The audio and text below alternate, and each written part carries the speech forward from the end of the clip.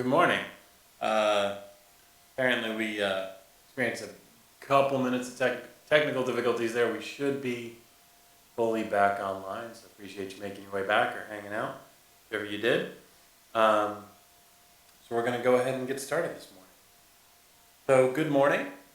Welcome to Westside Unitarian Universalist Church, online again, where compassion leads us to work for justice and equality. I'm glad you came today, virtually, and it is my hope that you will find something here that nourishes your heart, feeds your mind, and grows your spirit. To all of you that are joining us on Facebook Live this morning, welcome. And keep an eye out on our weekly email for updates on when we're going to be able to reopen back up, and if we ever need to kind of close back down, we'll keep that on our Facebook, on our email. Keep an eye out for those communications. My name is Tanner Trask, and I am the worship associate this morning. Be you a spiritual seeker, an atheist, or a theist, whether you find inspiration in the great books, or the great outdoors, or in great conversations, all are welcome in this inclusive congregation. To newcomers and old friends both, together we say, welcome.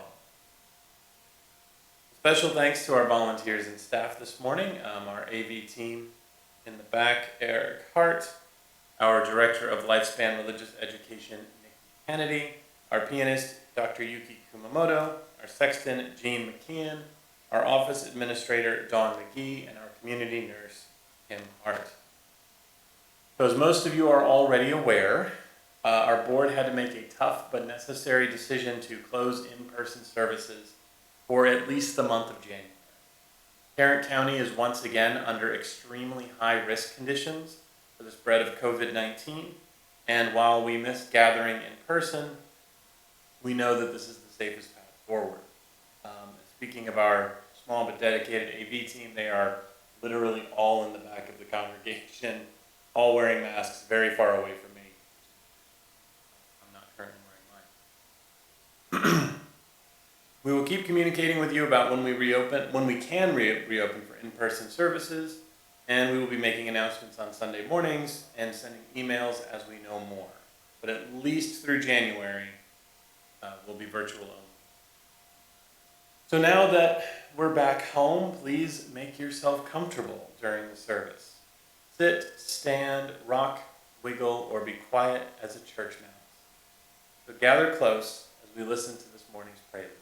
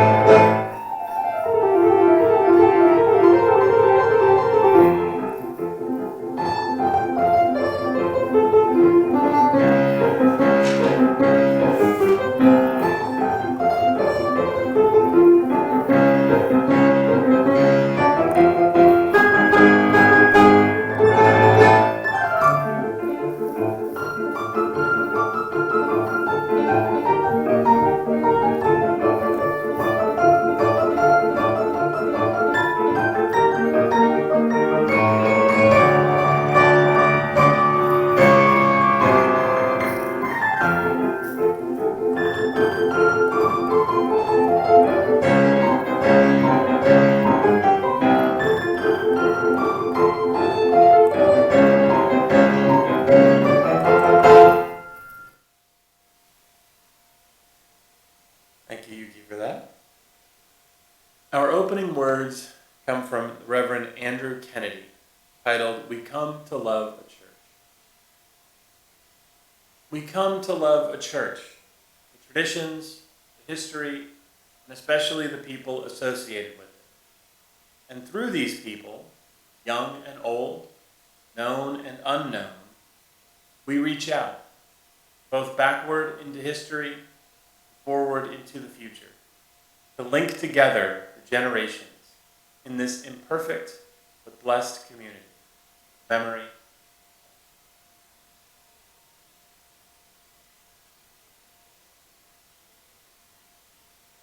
This time I'm going to light our chalice. The flaming chalice is a symbol of both the heritage of our past and the light of hope within this church today. If you have a chalice with you at home, please light it with us.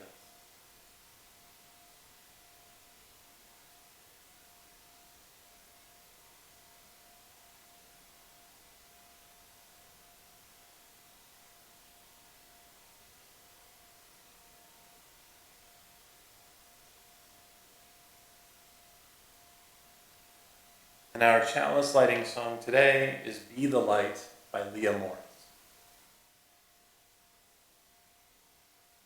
There is always a light when you're ready to see it. There is always a light when we are ready to be it. To see the light, to be the light, to raise our eyes in the dark of night, to climb this hill. Together we will. There's always a light in the dark when we are ready to see it. There's always a light in the dark when we are ready to be it. To see the light, to be the light, to raise our eyes in the dark of night, to climb this hill. Together we will. There is always There's always a light. there is always When we are ready to see it. there is always There's always a light. there is always We are ready to be it.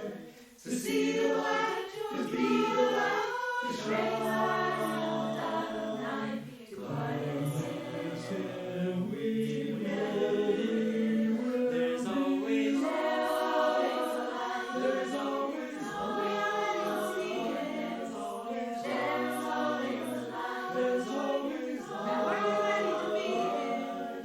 to see the light, to be the light, to Raise our eyes in the dark of night, to climb this hill. please Lord, we will. There's There's always light. there's always light, there's always light, there's always light, be the light.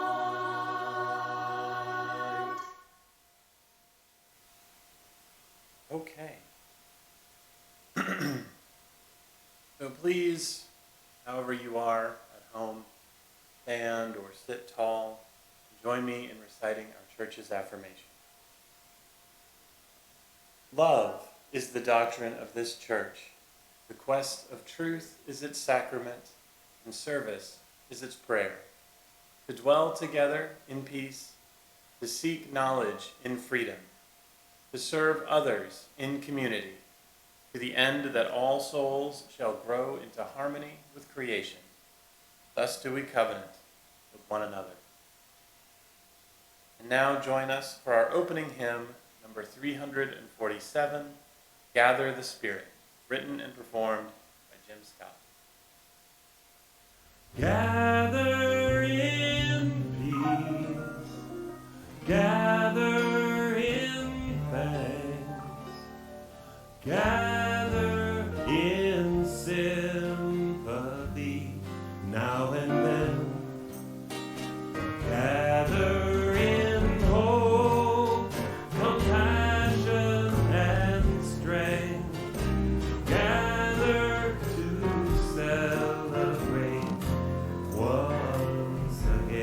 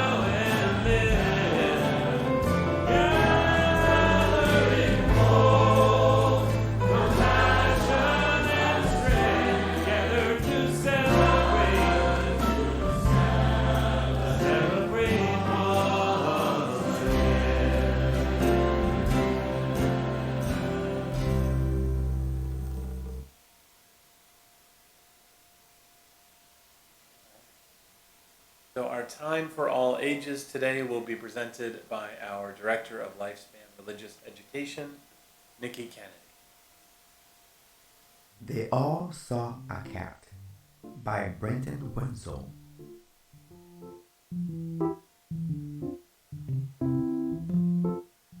When you see a cat, what do you see? In this glorious celebration of observation, curiosity, and imagination, Brendan Wenzel shows us the many lives of one cat and how perspective shapes what we see. The cat walked through the world with its whiskers, ears, and paws.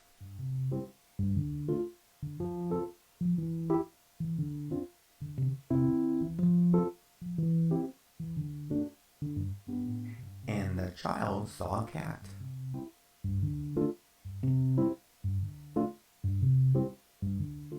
And the dog saw a cat.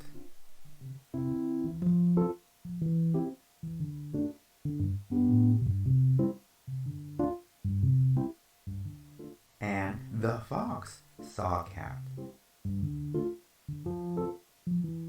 Yes, they all saw a cat.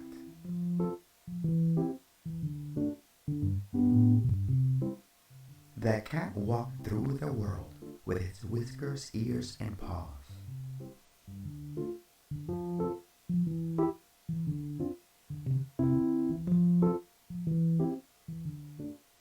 And the fish saw a cat.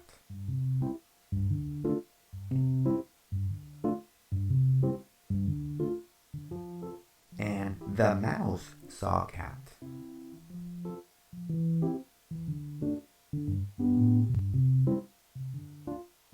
And the bee saw a cat. Yes, they all saw a cat.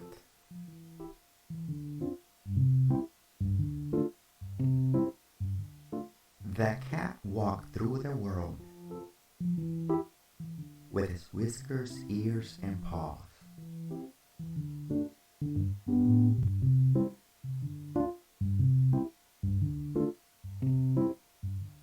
And the bird saw a cat.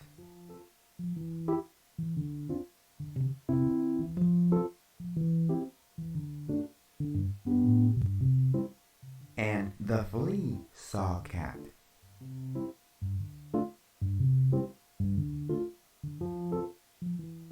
And the snake saw a cat. And the skunk saw a cat.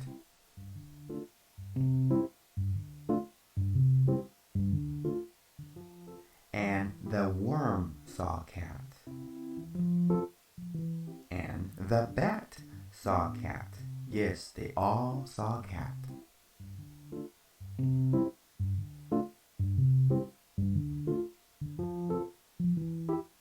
Yes, they all saw a cat.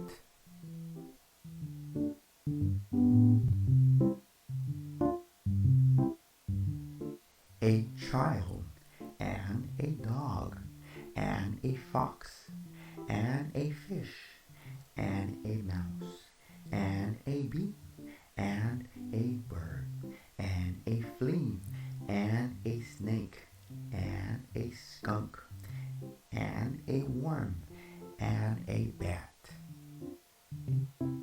The cat knew them all, and they all knew the cat. And the cat walked through the world with its whiskers, ears, and paws. Then it came to the water.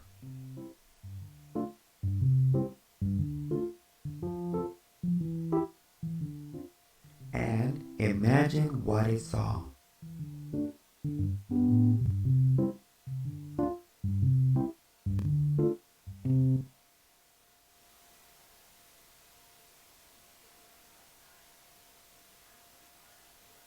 Nurse and member of the pastoral care team. As we share our joys and concerns with others, those joys are multiplied. As we share our concerns, our community can offer care. Anyone can submit a joy or concern by emailing the pastoral care team at pastoralcare@westsideu.org or through the web form located at the Program tab on the church's website. Click Care and Support. For those of you who hold your joys and concerns too close to share, we hold you in our hearts. Sharing draws our community closer together. Please know that our pastoral care associates are also available to support you one-on-one with the ups and downs that life brings. We are here for you.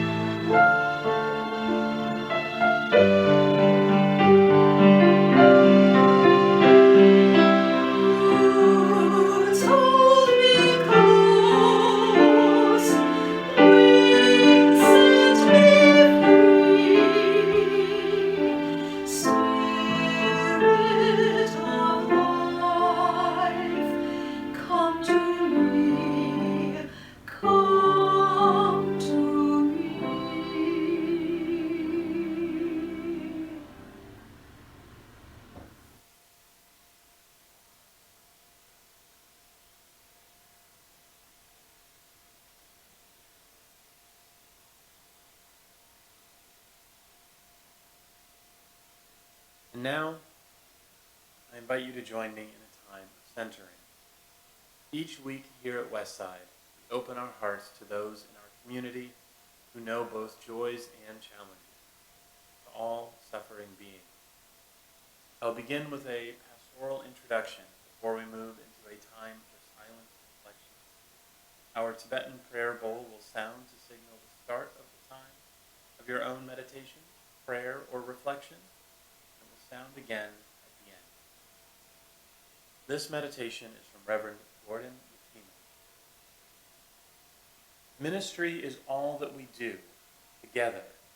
Ministry is that quality of being in community that affirms human dignity, beckons forth hidden possibilities, invites us into deeper, more constant, reverent relationships, and carries forward our hope, our heritage of hope and liberation.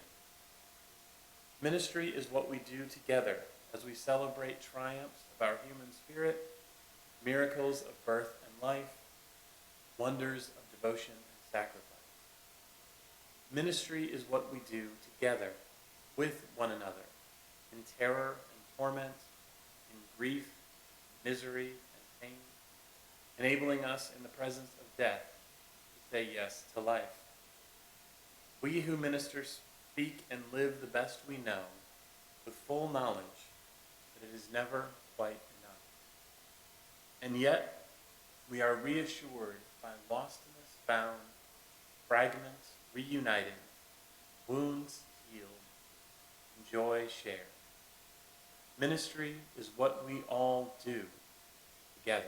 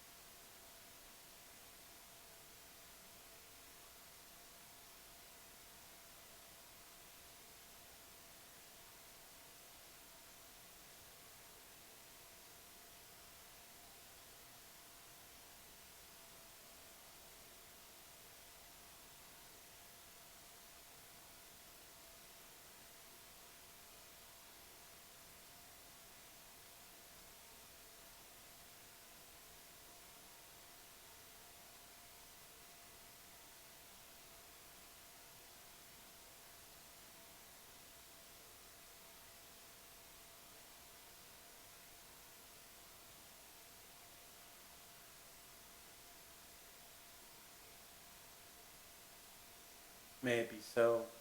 Blessed be. Amen. So I'm going to next tell you about the recipient of our plate offering today. You can give on the Venco mobile app anytime. Just select the Sunday Plate Offering Fund. So, in the spirit of generosity, we reach out to the wider community. Today, we do that by donating 100% of our weekly offering to Refugee Services of Texas. Guided by the principles of human compassion and dignity, Refugee Services of Texas welcomes refugees, immigrants, and other displaced peoples and supports them in integrating and thriving in their new community. Refugee Services of Texas serves refugees, asylees, individuals with special immigrant visas, Cuban Haitian entrants, Central American minors, survivors of human trafficking, and other vulnerable populations. In addition, RST works to facilitate partnerships with host communities to build a welcoming environment. Our Children's Religious Education Group and the Social Justice Council have accepted the honor of sponsoring a newly arrived family and helping to set up their household once housing becomes available. Stay tuned for how you may be able to help out with this outreach. Now, this morning's offering will be most gratefully received.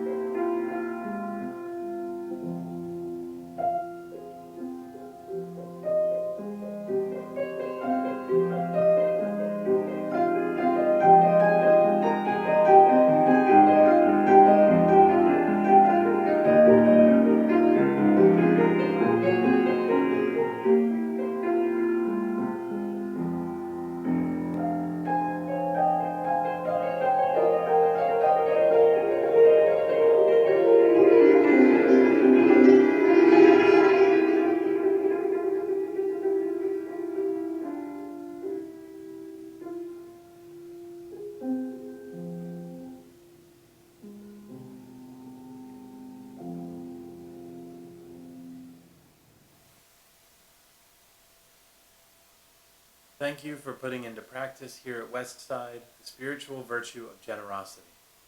Our giving connects us further to the wider web of community. Now I'm going to turn it over to Laura Solomon, the moment you've all been waiting for today, for reflection titled Story, Truth, happening.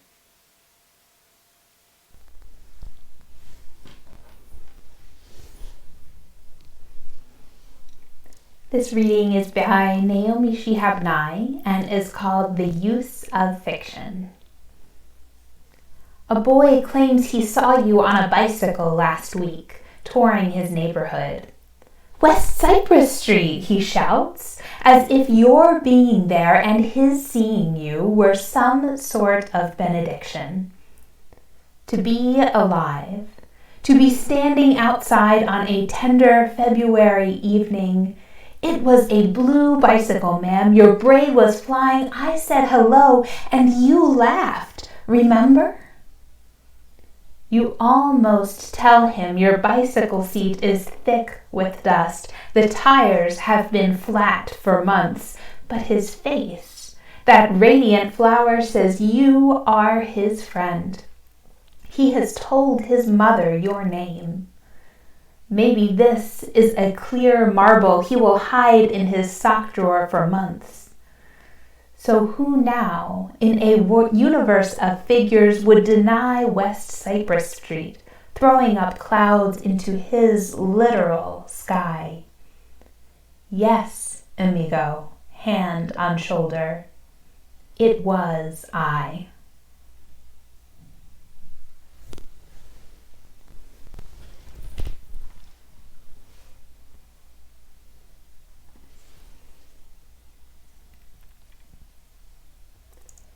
Canadian Indigenous author Thomas King wrote a powerful book called The Truth About Stories.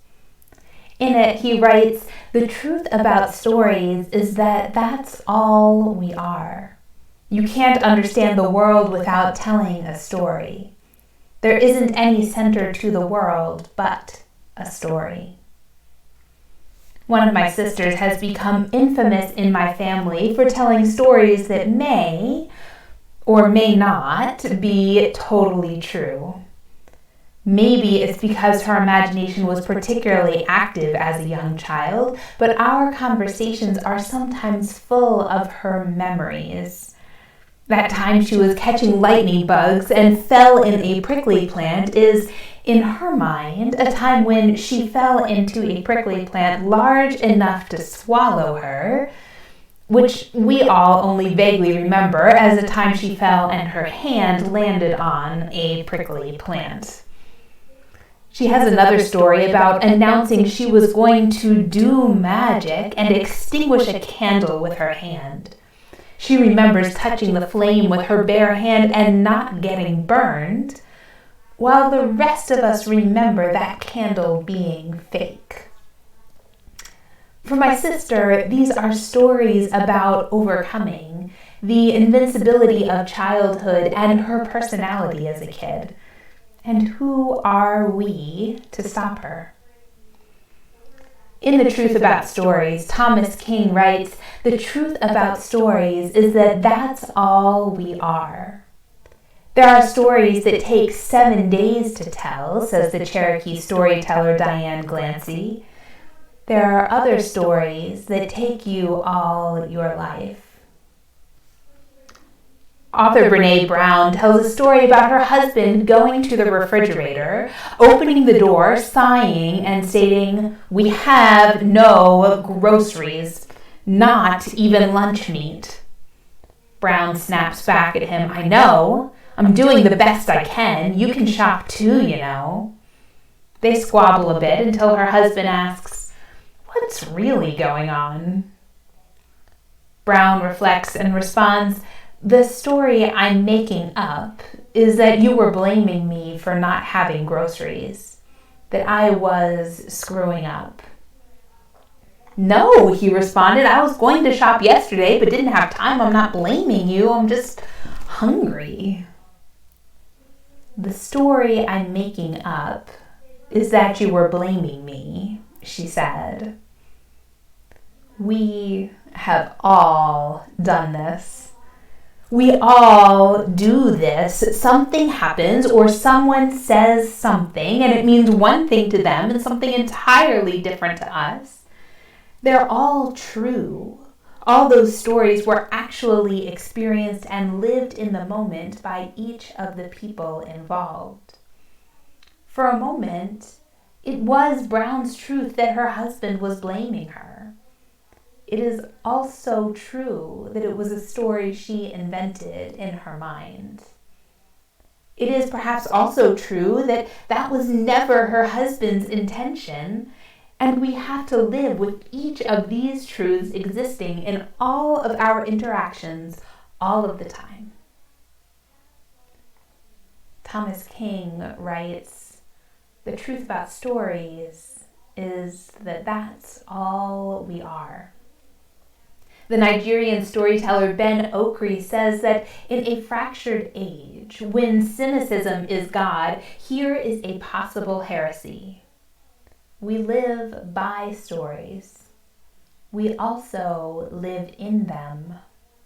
One way or another, we are living the stories planted in us early or along the way, or we are also living the stories we planted, knowingly or unknowingly, in ourselves.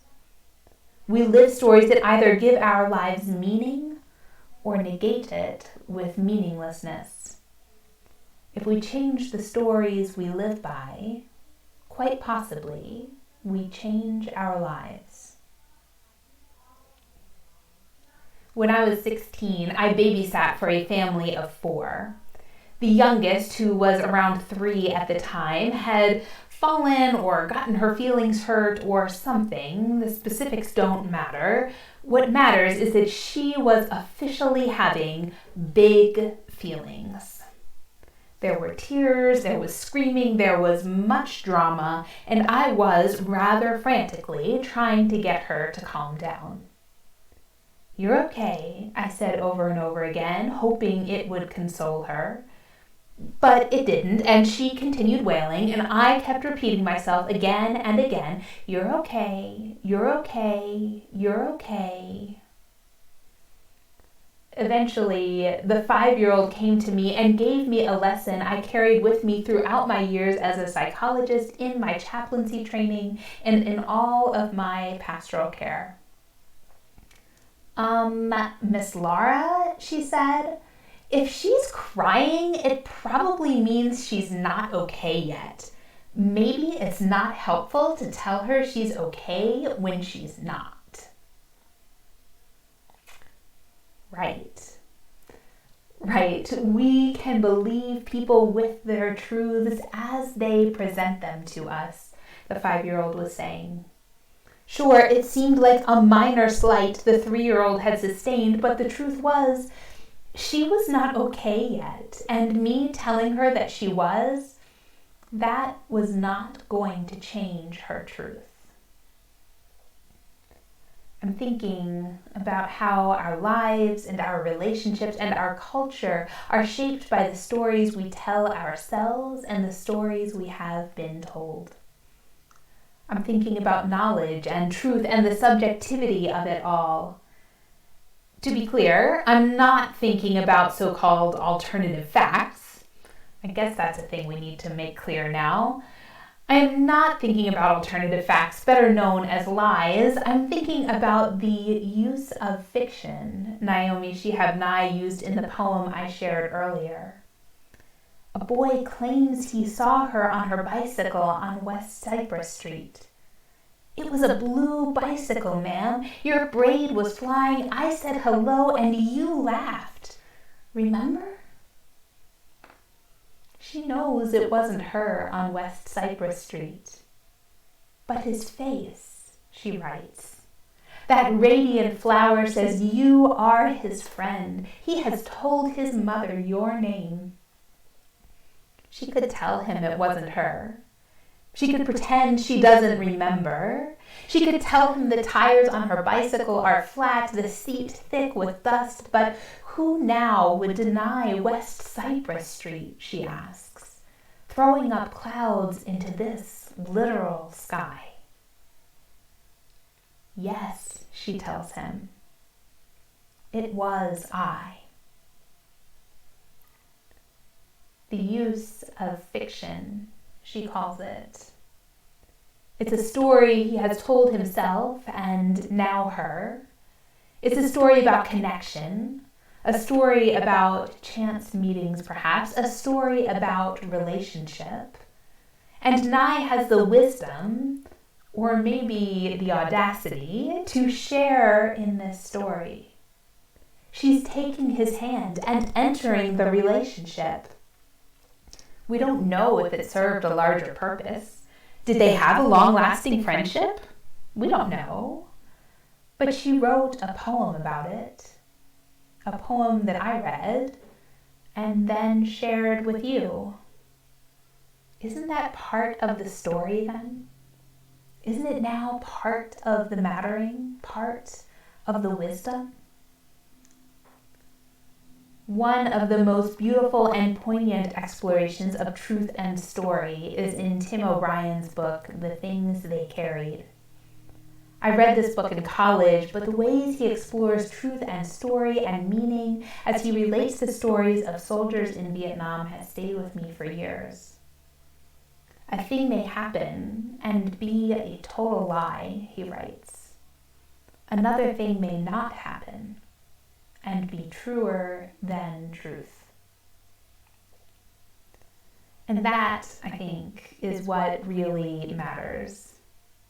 The truth of whether my sister fell in a prickly plant matters little now, 20-some years later, but the heart of the story about who she was and who she is now, that's what matters. It matters little whether my 3-year-old friend was truly okay in that moment or whether she was dramatic for drama's sake. What matters is that I was able to see her truth. That in that moment she was experiencing big and real feelings. And the truth hardly matters in the poem either. Whether they had ever met before on West Cypress Street hardly matters now that they have met, because their meeting now, their connection now, is what matters. I recently listened to a sermon from the Reverend Mike Angel of the Episcopal Church of the Holy Communion in Missouri. He talks about truth with a lowercase t versus truth with an uppercase T. He defines uppercase T truth as something that is worth believing, worth staking your life on, and universally true. These universal truths, capital T truths, can help us find our way through the language games of our fiercely contextual postmodern world. These smaller matters, whether or not my sister really put her hand on a candle, whether Naomi Shihab Nye saw the boy on West Cypress Street, perhaps those are little t truths. They matter, sure. And there are things we can do to help a person feel known and heard with their little t truths. But there are also big T truths where the truth matters for all of us. Things like climate change, like the ways that the health and safety of our transgender siblings is jeopardized because the truth of who they are is being denied. The truth about policing and violence towards people of color. Reverend Angel talks about how hard it can be to incorporate these capital T truths into what we know about the world.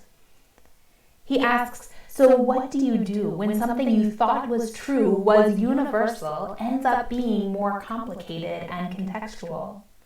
Say, if you believed gender was a simple binary and then you learned it was a bright, colorful spectrum.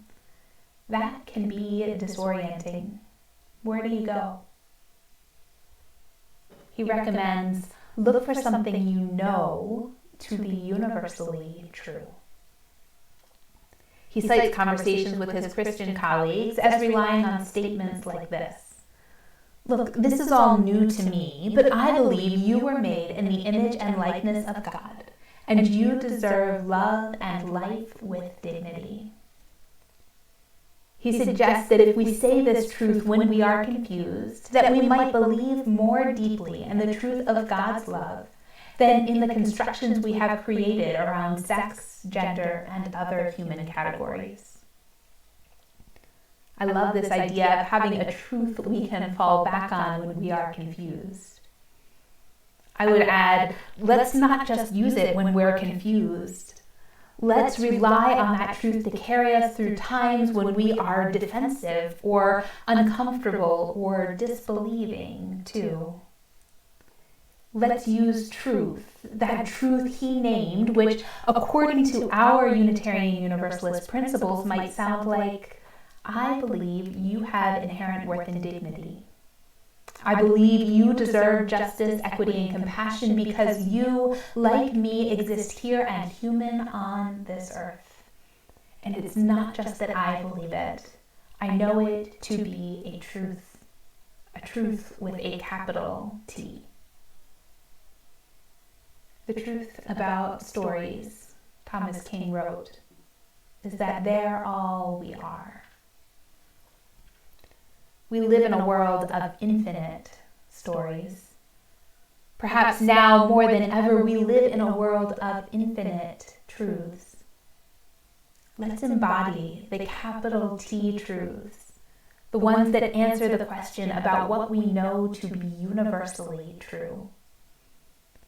And perhaps we also listen for the many truths in the lowercase t's truth stories too. The reminders from 5-year-olds, the connection, the magic, and maybe, sometimes, we choose to live into that magic too.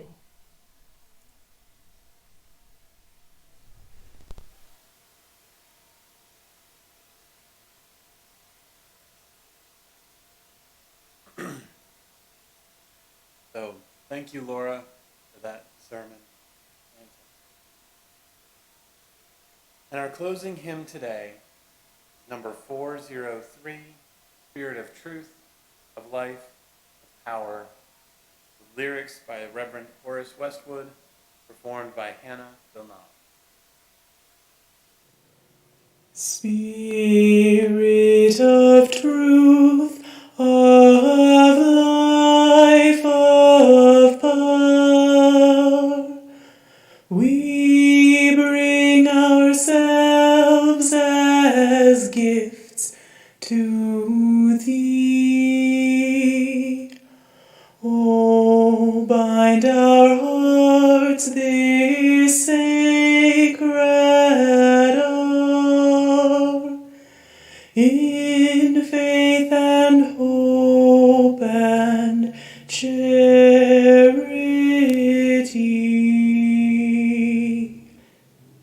Spirit of truth, of life, of power, we bring ourselves as gifts to thee. Oh, bind our hearts this sacred hour in faith and hope and charity.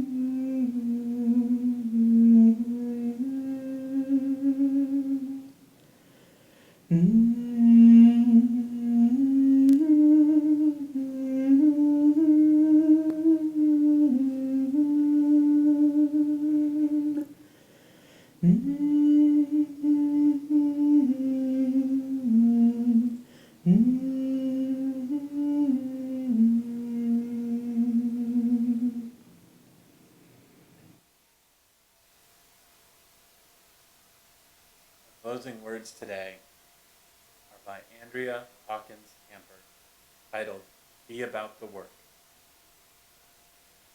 May we see all as it is, and may it all be as we see it. May we be the ones to make it as it should be. For if not us, who? And if not now, when? This is answering the cry of justice with the work of peace. This is redeeming the pain of history with the grace of wisdom. This is the work we are called to do, and this is the call we answer now.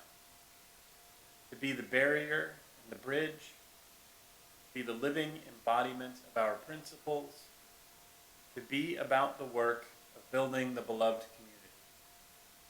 Be a people of intention, a people of conscience.